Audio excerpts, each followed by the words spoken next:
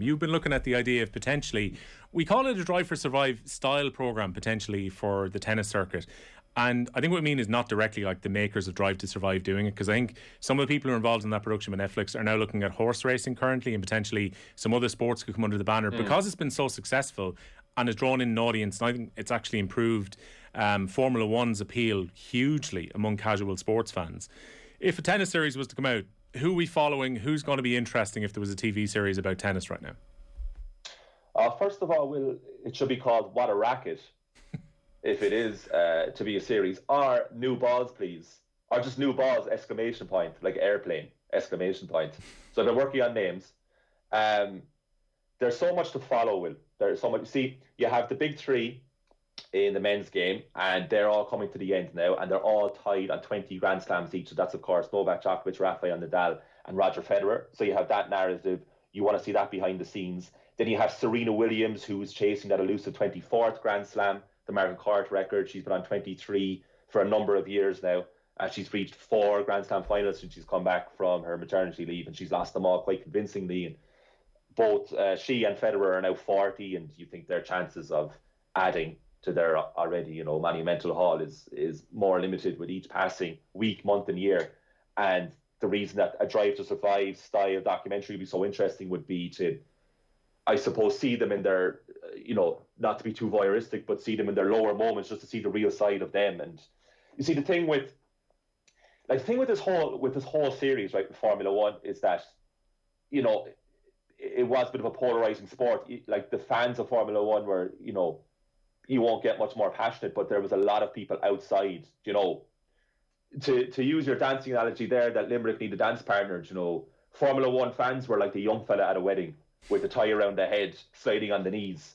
And the rest of us were on the outside, like the aunt and uncle who might go up for a little dance and walk away. So you're trying to say they preferred him as a bit more pure, when like maybe Formula One wasn't quite as mass appeal, and everyone was sitting down last Sunday week to watch that crazy final lap to see if Verstappen could get past Lewis Hamilton. Like, probably what helped Drive to Survive, and this would be important for tennis too, and look, I think tennis is interesting enough to make this a good series, is that Drive to Survive may well have drawn eyeballs to the sport, but the magnificent title race that was there this season also increased the interest in Formula One. I think if you get a Drive for Survive style tennis, and you get, say, Serena Williams losing a Grand Slam final and potentially having the cameras embedded with her camp while she's throwing a tantrum after losing, or Novak Djokovic doesn't win Australia next month and the cameras are along with them, that makes particularly interesting viewing.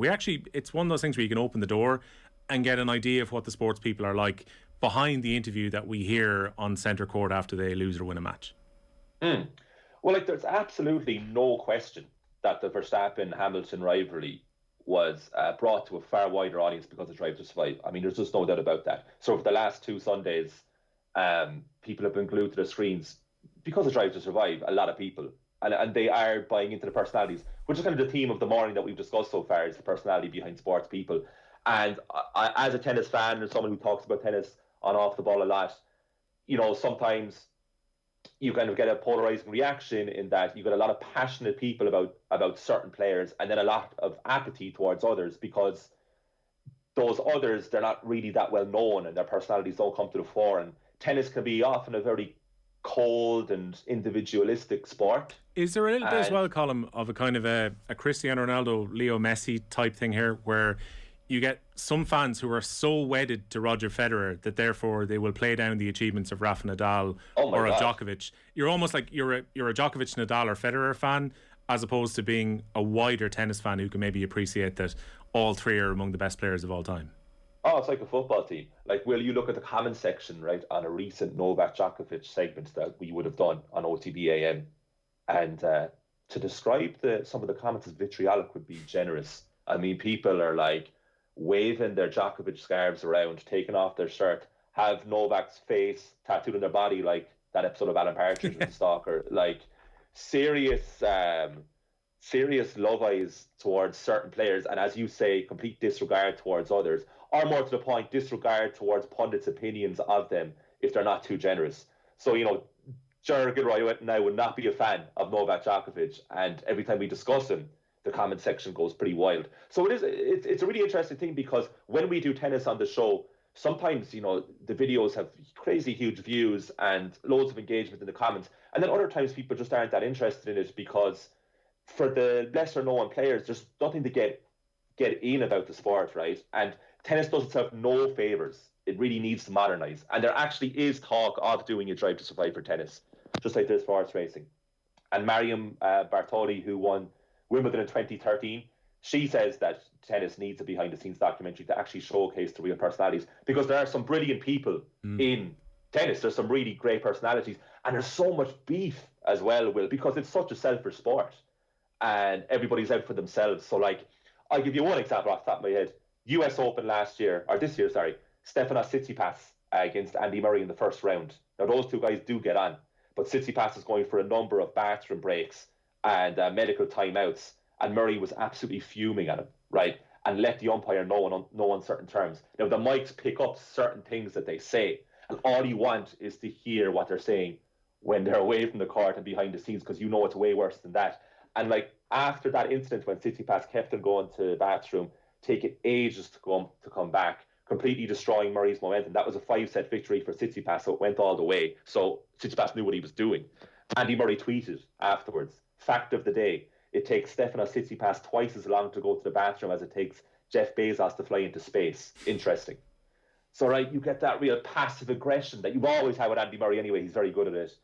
And then you magnify that to both the WTA and ATP tours. Fill them in the locker rooms where they're going around talking to each other, saying what to each other under each other's breath.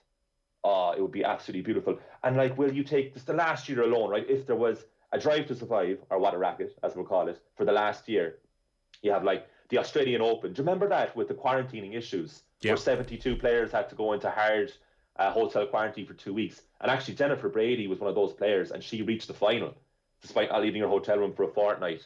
So can you imagine getting the opinions of Novak Djokovic behind the scenes, because he was the one who said to the Australian officials, look, any chance that these quarantine restrictions can be eased for us? Can we get, nicer food?